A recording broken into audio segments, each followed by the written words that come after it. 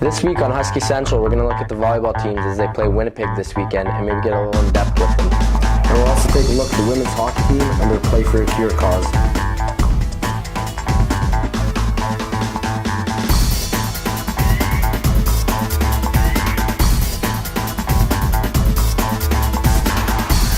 You're a Husky, I'm a Husky. We're all Huskies. And you're watching Husky Central.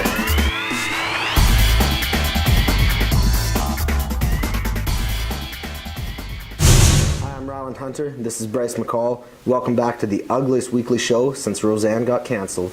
You know, one thing we learned from last episode was that you say absolutely way too much. Well, all you say is Absolutely.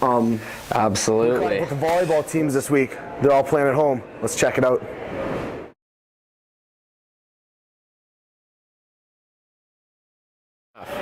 We're here with Joff now, the Tower of Power on the men's volleyball team. Your hitting percentage right now leading the league, right, Bryce? Yeah, we understand you have more hits actually than the Husky Central website, which is kind of shocking. That's a lot of hits. Maybe just explain maybe some technique or how you do this. Like, this is unreal. It's pretty simple. You jump high and hit hard. There's not much more to it than that. Wow, that's spectacular. Simple for you, Yeah. impossible for us. Probably. Okay, now I have a personal question, I guess. I mean, you're a tall, you know, in a man-to-man way, you're a handsome man, and you're very athletic. What I'm wondering, I guess, is if I pick up volleyball today, right after this interview, how soon can I expect to see these results? How soon can I become you? Tomorrow. Tomorrow. Yeah. It's a 24-hour program. Bryce, you can finish this interview on your own. Wow, that is, wow. If he's done, I mean, I'm going to be the next one doing that too. I mean, besides, I mean, obviously the spectacularness of being a volleyball player and just, you know, becoming tall, dark, beautiful, and athletic. I mean, let's talk about the playoff run you guys are looking at in the future. There's obviously, I mean, other teams in the race, but I mean, what can you guys do to control your future? Well, it's really in our hands. Every weekend from now on is going to be a do-or-die weekend. Every game has got to be our best. We don't have a choice of just sitting back and relaxing like some of the teams do that are sitting in first or second. We have to play every game as hard as we can. Brian, there's a lot of banners around this gym. A lot of them are volleyball. You took part in one. Rumor had it part of your success was the fact that you guys wore extremely short shorts that were maybe a little bit shorter than regulation. Maybe you could just elaborate a little bit on this. Well, I don't know if I have much to elaborate on. They were pretty short at the time, but a lot of us had nice, big, muscular legs, so I'm sure that's probably the reason why. Absolutely. Maybe a little to the team now.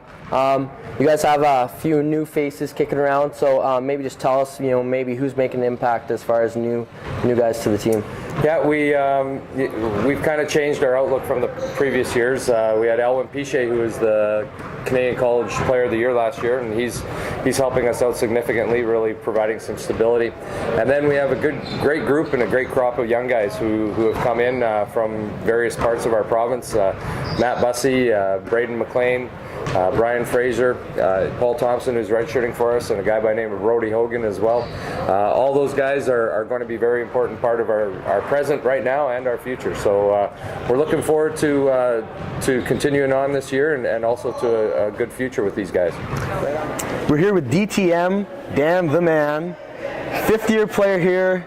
Your first year, you guys were in the playoffs. Now you're back in the mix again this year. Maybe say a couple words about coming full circle, your time here, getting back in there. Yeah, you know, it's there's been some peaks and valleys, guys, as you know, in the football field. Yeah, it's been good though. I mean, we were good in that first year, then we pretty crappy, but this year we're right in it. So yeah, it's been exciting. All right, maybe just a little from me and Ryland. We noticed that last time you guys were playing, you weren't wearing the same color jersey. Me and Ryland are willing to start a petition. We're just wondering if there's a lack of funding that we want to get you the same color jersey. How do you feel about that? Yeah, that'd be great. I mean, funds are low, so that's why I do have that other jersey on. I mean, it would be nice if you could start. I gotta interject here. I was under the impression you wore a different color jersey because you were the libero.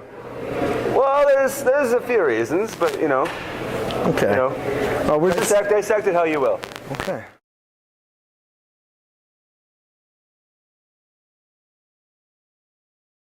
Hey, we're here with Austin Dyer, the new coach of the women's volleyball team. Austin, first impressions of the university, the school in whole, what do you think? It's a nice place. I went to school here for 6 years and helped with the program before I came here, so I knew exactly what I was getting into when I came. The campus is gorgeous, obviously, and our facility here is one of the best, so can't complain there. And what do you enjoy most about the coaching process, I guess? You've been in coaching for quite a while. What led you to it? What's keeping you in it now? Just working with youth, I think, is the big part of it. Being able to develop a team, the challenge that goes along with a whole season in planning and looking at development and improvement throughout the season.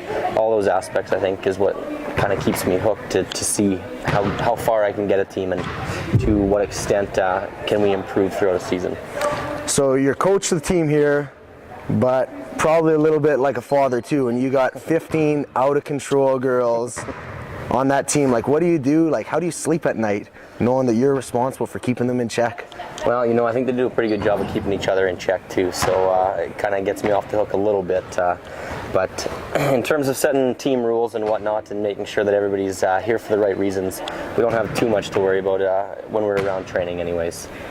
Danae, you've been on the team 5 years here now. Maybe just tell us a little bit about the experience and your time here.